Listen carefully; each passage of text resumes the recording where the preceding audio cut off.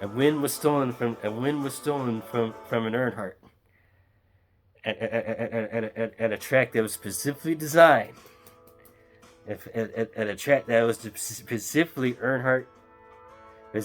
Earnhardt track, Talladega Speedway, a track where Dale Earnhardt Jr. had the most wins at. Dale Earnhardt scored his last win at Talladega in 2000 during the Winston 500.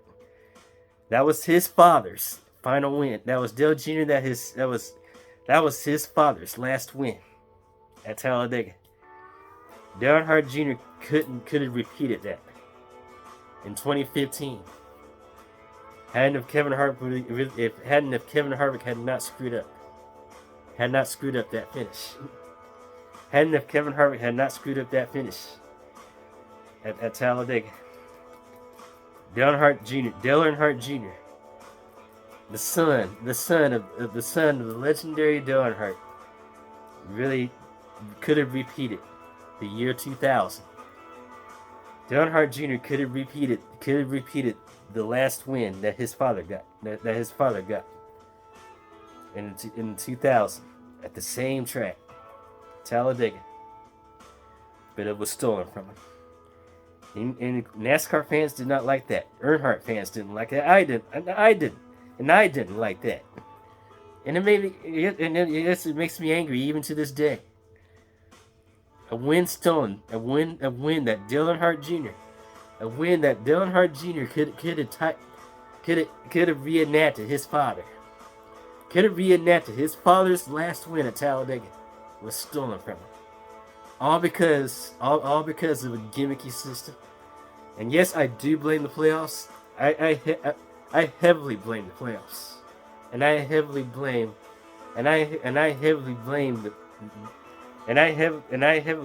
Kevin Harvick because he was one because he spun a guy out on purpose. Because it was not by accident. He spun out Trevor Bayne on purpose to cause that caution. Screwing Dale Earnhardt Jr. over. Screwing Dale Earnhardt Jr. from a historic win at Talladega. And hadn't Dale Earnhardt Jr.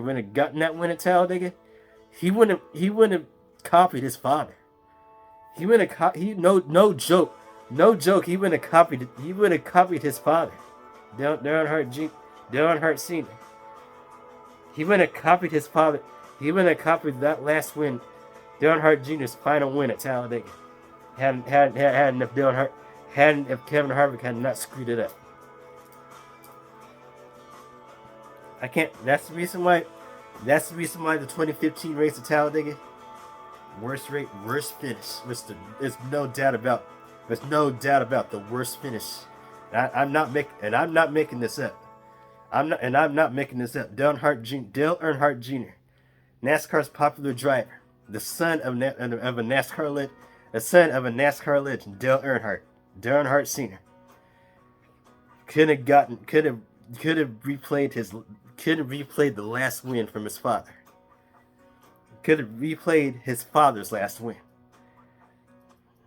Okay, because that was no doubt about it. The fall race at Talladega in 2000. That was his dad's final win before he died in the 2001 Daytona 500.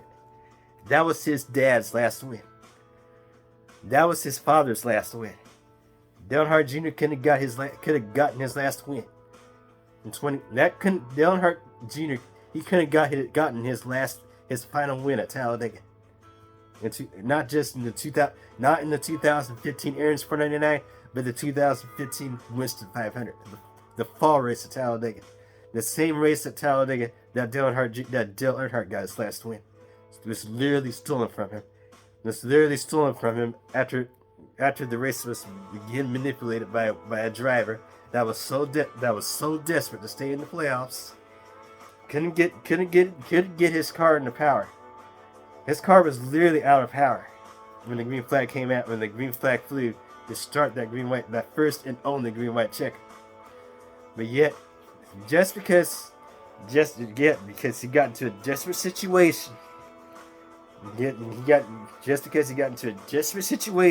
Because his car was completely out of power. intentionally causes a wreck on purpose at Talladega. Giving Dale Earnhardt Jr. Costing Dale Earnhardt Jr.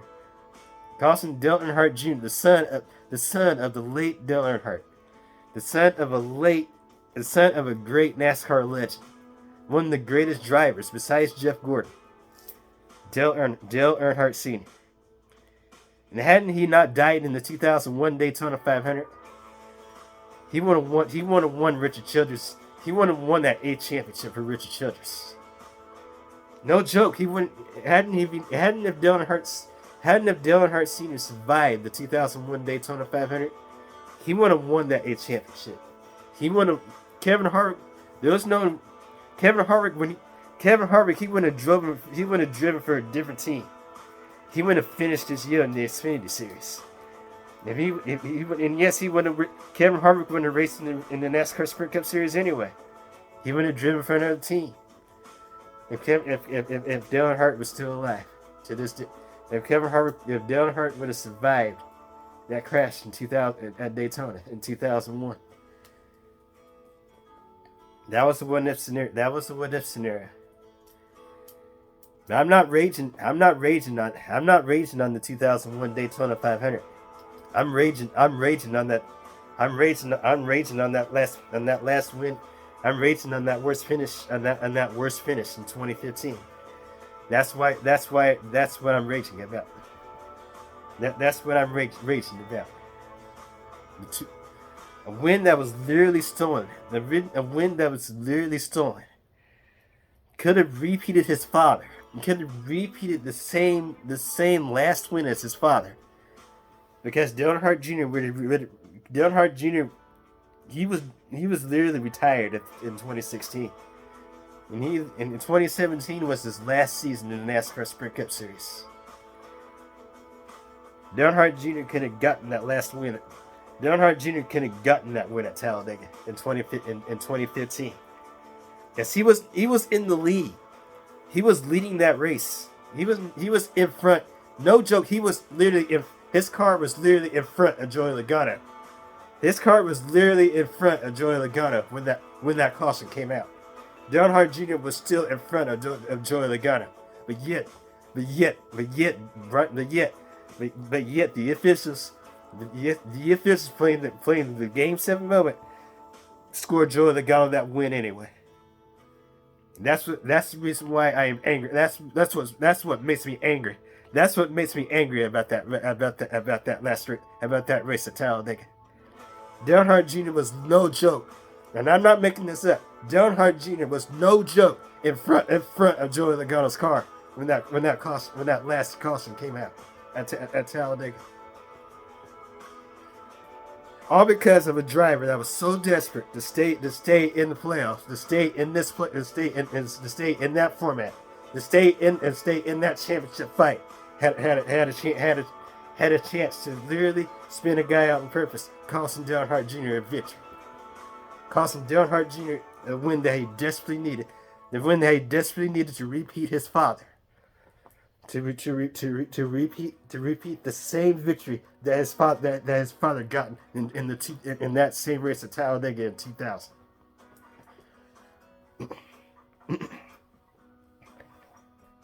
That's the reason why that 2015. That's the reason why 2015, the fall race at Talladega in 2015, no doubt about the worst finish in history. And I'm pretty sure the Earnhardt fans did not like that one bit. And Dale Earnhardt Jr. and Dale Earnhardt happens to be one of my favorite drivers. And Kevin Harvick, and Dale Earnhardt Jr. was not the only victim. Kevin Harvick was a victim too in 2020. A system that was specifically designed for winning, screwing drivers over. Kevin Harvick became a victim himself in 2020. And Kevin Harvick, I feel bad for Kevin. I don't just feel bad for Dale Earnhardt Jr. I feel bad for Kevin Harvick. Because 2020, and I also feel bad for Tony Stewart, because 2020 could have been a year that Tony Stewart would have won his third championship as a team owner for Stewart-Haas Racing. And hadn't Kevin Harvick had won that championship in 2020, Kevin Hart and Tony Stewart would have never had to retire his team after this season in 2014 and in 2024. He would have never. He would have. Tony Stewart would never. Tony Stewart would never. Stewart Haas Racing would never had to close its doors after this season. They would have stayed a couple more seasons. They would have stayed until the 2026 season. Hadn't Kevin Harvick have won that championship in 2020. But the first attempt at an overtime, at a one attempt at an overtime, it didn't last very long. 2016 was all the way up until 2016, leading up in the middle of the 2017 season. But Brian France introduced another dumb rule that will also screw drivers over. The good old-fashioned overtime line. The overtime line was implemented the overtime line began to rear its doors in the 2016 Xfinity Series version of the Daytona 500. The overtime line was placed in the middle of a track. And if it's like a short track like Richmond, like Richmond or Martinsville, the overtime line would be placed entering turn 3 or entering turn number 4. Like 100 feet from the start finish line. That's where the overtime line would be placed in short tracks, like Richmond or Martinsville. The overtime line was implemented in 2016. It's where they have one attempt at. It's where when the caution comes out with 10 or less laps. It's when the caution will come out with less than 5 laps to go. Then same rules apply. An overtime will be a green white checker will be implemented to try to get a green flag finish.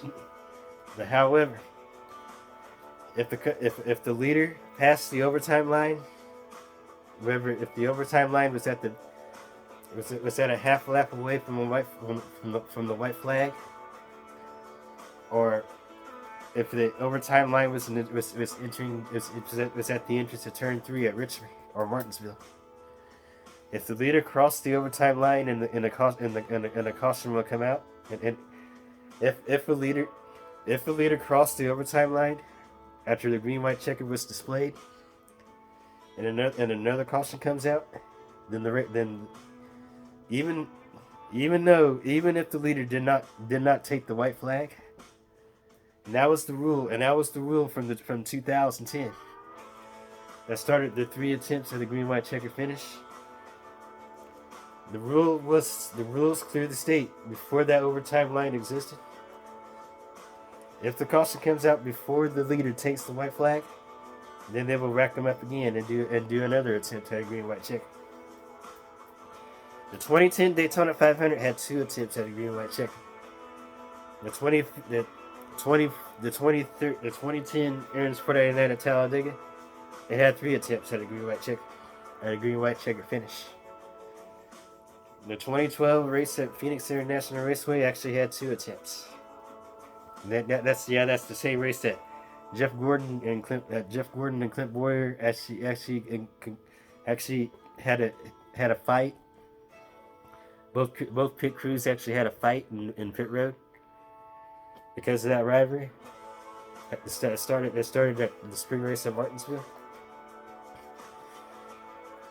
But yet, 3 attempts at a green white checker finish was reduced.